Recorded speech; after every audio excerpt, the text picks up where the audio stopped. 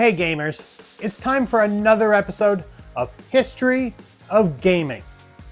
So far I've covered a lot of gaming from the 1980s and the 1990s, but today we're heading to the more recent 2006. We're just a few months away from the 20-year anniversary release of both the Nintendo Wii and Wii Sports. And that is my focus for episode 9. We're going to look at how Nintendo brought motion controls to the gaming industry using Wii Sports. But before we can even focus on Wii Sports, we must first look at how Nintendo came to creating motion controls. There are 3 things we need to examine: Nintendo's previous motion controls, Nintendo's previous console, the GameCube, and what the rest of the industry was up to. Don't forget to like and subscribe. But let's get right into it, and let's start by going back 40 years to 1986.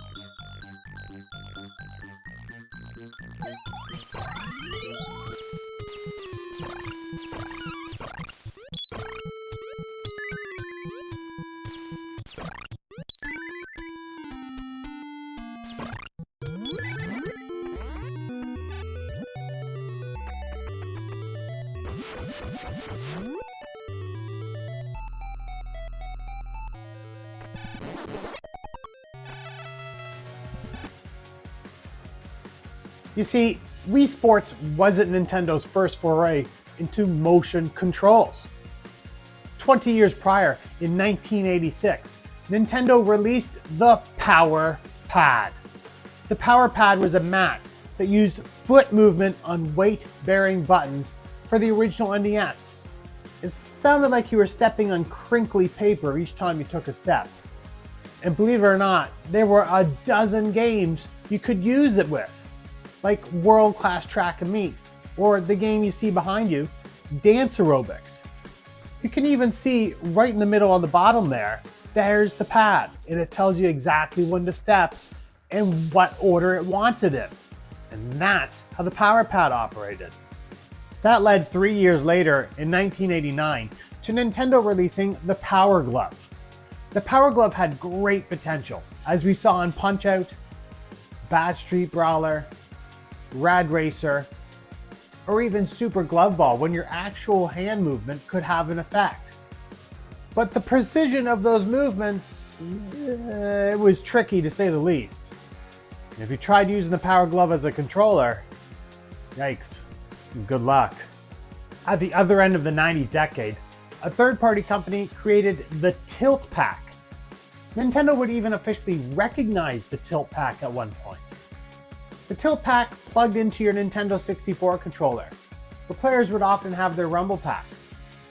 The Tilt Pak allowed players to move back and forth, depending on which way you moved the controller. And it worked in games like Super Mario 64 and the game you see behind me, Banjo-Kazooie. As you can see, Nintendo has had a storied history of attempting motion control with their games. It's trivia time, gamers! One of the sports you could play on Wii Sports was boxing. However, the champion in boxing was incredibly difficult, and many gamers had a hard time defeating him. What was his name? I'll answer this a little later in the episode. But first, we already learned about Nintendo's history of motion control. Let's move on to the console that Nintendo had last released, the GameCube.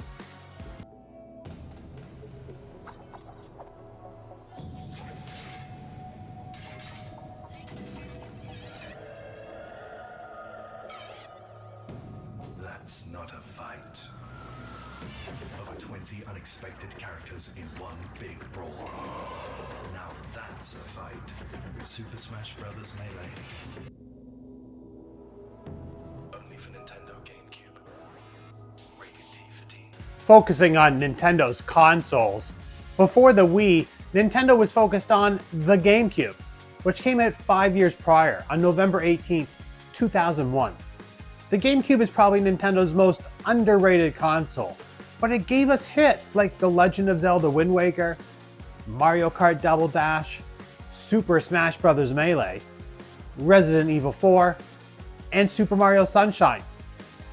The GameCube did not feature any motion controls, but they did have some fun controller accessories, such as this microphone, bongo drums, a steering wheel, but nothing came close to motion controls. The GameCube was considered to have underperformed by Nintendo standards. Nintendo's next console had to be a hit. Cut.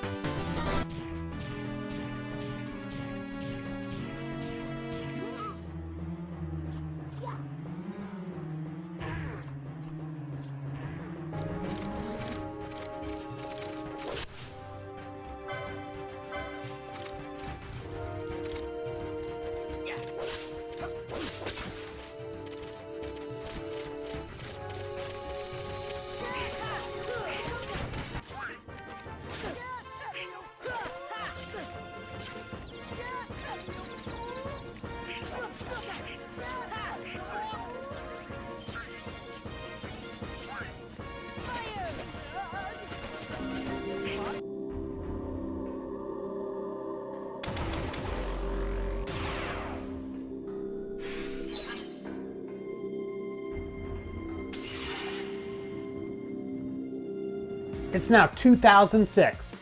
Microsoft's Xbox 360 came out a year earlier in November 2005. Sony was still living off the success of their PlayStation 2, but the PlayStation 3 was set to release 2 days before the Nintendo Wii. The world of PC gaming was going stronger than ever too. The only good news for Nintendo was that Sega was long gone. Whether you're talking about the PlayStation 2 or 3, the Xbox 360, or PC gaming, all gaming in 2006 was focused on offering the greatest graphics they could. Final Fantasy XII for the PS2 was fresh. The Elder Scrolls 4 was on fire for both PC and Xbox 360. Bully on PS2. Dead Rising on the 360, and Company of Heroes on PC, they were all huge hits in 2006. Graphics, graphics, graphics. That's what the industry was doing, and this is what gamers wanted, at least according to the industry. Were they right? Well, kinda, but they were ignoring a massive market. Nintendo used their history of motion control, the success of their GameCube, but went against what the industry was claiming was wanted by gamers. Instead, Nintendo with the cartoonish looking Wii Sports, and with that, opened the door to a market no one knew existed.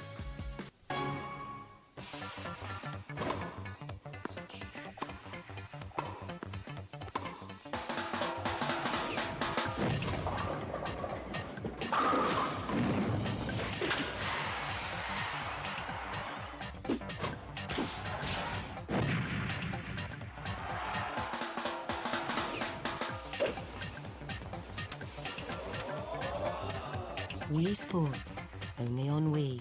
The sleek and sexy Nintendo Wii hit the market on November 19th, 2003, and Wii Sports was the bundled game. This means everyone who bought a Wii got a copy of Wii Sports. Maybe that was why the game took off. Maybe, but more likely it was the way you played the game. Wii Sports had 5 playable sports: boxing, tennis, baseball, golf, and bowling. The Wii Remote was incredibly intuitive. Any gamer who was around in 2006 remembers the feeling they had the first time they tried out Wii Sports. Did I really just throw a gutter ball? How did I slice that wedge shot? Why do I have to wear this damn strap? Who threw the Wii Remote at the TV and why wasn't your strap on? Almost every gamer had this question at some point playing Wii Sports. The Nintendo Wii exploded in popularity and Wii Sports was at the forefront. Seniors' homes were using the system to keep their residents active.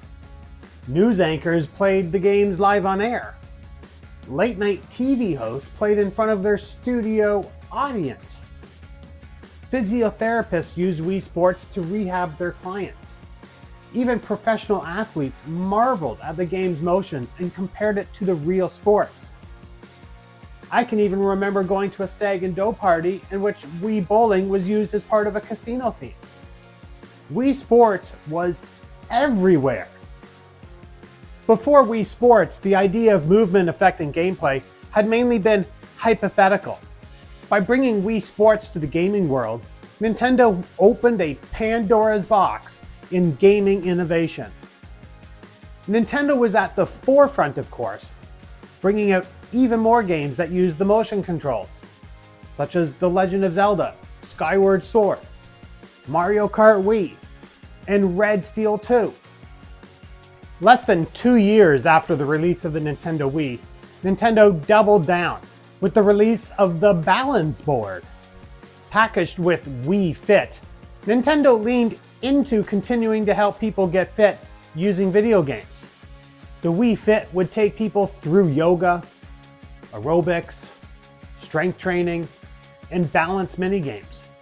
The Wii Fit is one of the most influential video games ever made. A perfect topic for a future episode. Dear world, apparently some people think motion gaming's only for little kids.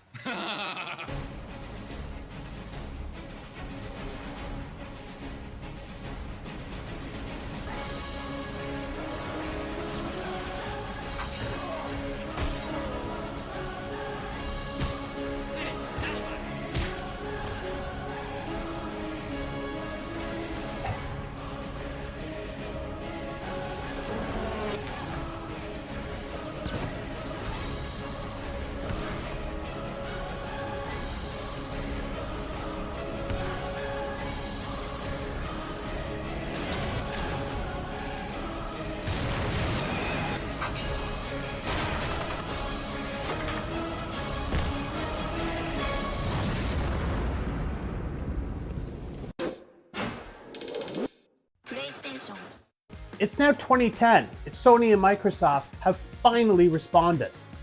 PlayStation releases the PlayStation Move, which came with move wands and a tracking ability with a camera. Microsoft releases the Kinect, a device that required no controller, was voice activated, and also used a camera to track the gamer. And both would give us a library of incredible motion control games. On the PlayStation Move, we had Sports Champions, The Fight, Lights Out, Killzone 3, and SOCOM 4. Meanwhile, Microsoft gave us motion games like Kinect Sports, or the game you see behind me, Kinect Adventures, Dance Central, and Your Shape Fitness Evolved. The Kinect was easily the more popular pick though, as the Kinect quickly became the fastest selling consumer electronics device ever at its launch. It's time to answer that trivia question. Wii Sports had a lot of opponents you could face, but the super tough champion in boxing was named Matt. He was also in the baseball and tennis modes, but in those sports, he was awful. Let's move on to 2012. The Wii, Move, and Kinect were the first generation of motion control gaming. The second generation comes to us in 2012 as Nintendo introduced the Nintendo Wii U.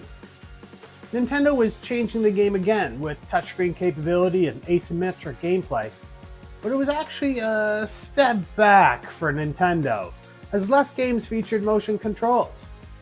Next in 2013 was Kinect 2.0 for the Xbox One, which gave us heart rate detection.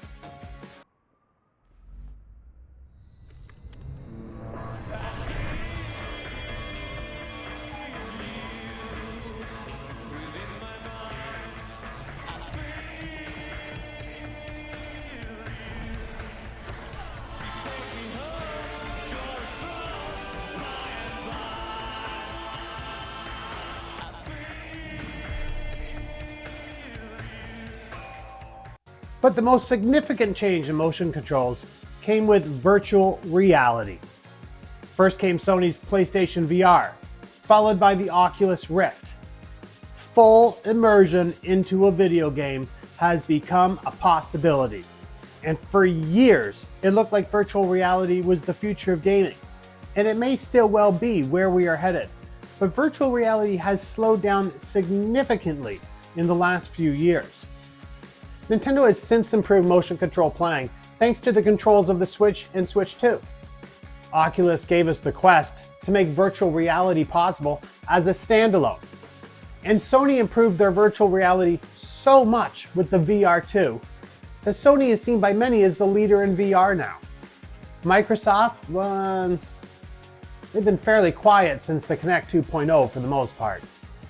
We even saw Meta get into the game with the Meta Quest 3. Needless to say, the future of motion control gaming is always changing. And I have no idea where we're headed next. But more than likely, virtual reality is going to have a hand in it.